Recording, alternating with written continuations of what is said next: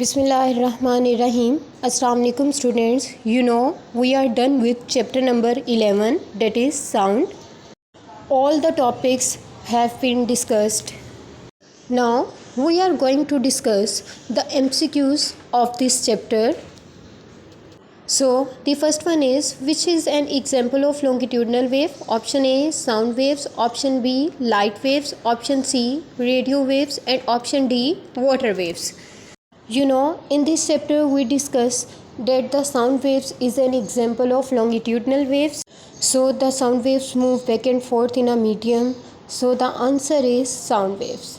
The next one is, how does sound travel from its source to your ear? Option A, by changes in air pressure, by vibration in wires or strings, by electromagnetic waves and by infrared waves.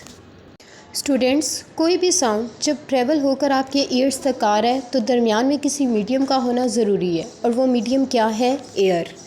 वो sound किसी vibration in wires और strings के ज़रिए पैदा नहीं हो रहा, बल्कि वो हम तक पहुंचेगा by air pressure, by changes in air pressure.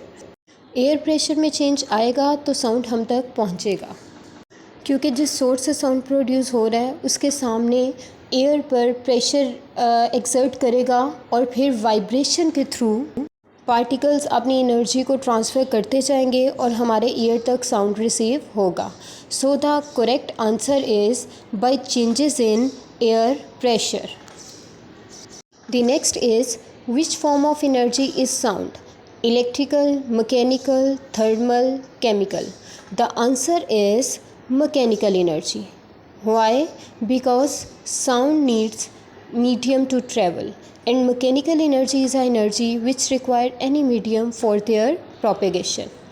Next is, astronauts in space need to communicate with each other by radio links because astronauts को स्पेस में कम्युनिकेट करने के लिए रेडियो लिंक्स की ज़रूरत होती है, क्योंकि option A, sound waves travel very slow in space, sound waves travel very fast in space, sound waves can not travel in space, sound waves have low frequency in space. Students, there is no sound in space because sound need medium to travel, and in space there is no medium through which a sound can travel. So the answer is, sound waves cannot travel in space. Well students, question number 5 is, the loudness of sound is most closely related to its frequency.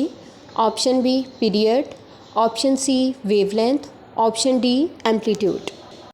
You have learned in the characteristics of sound, the relation of loudness is most closely to its amplitude, because the amplitude is the height of sound waves. More the height, the sound will be loud. Okay, the question number 6 is, for a normal person, audible frequency range for sound waves lies between 10 Hz and 10 kHz, 20 Hz and 20 kHz, 25 Hz and 25 kHz, 30 Hz and 30 kHz. The topic we have learned yesterday, audible frequency range. The range for normal human ear lies between 20 Hz and 20 kHz. Here kilo represent prefixes, that is equal to 1000. The last one is, when the frequency of a sound wave is increased, which of the following will decrease?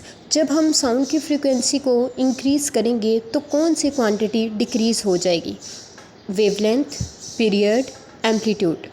Option is number 1 wavelength only, option B number 2 period only, option C wavelength and period, and option D wavelength and amplitude.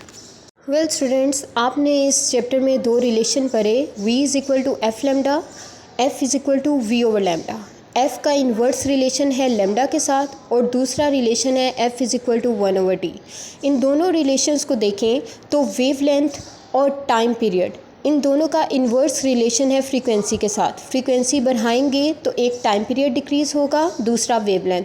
तो option C is wavelength and time period only.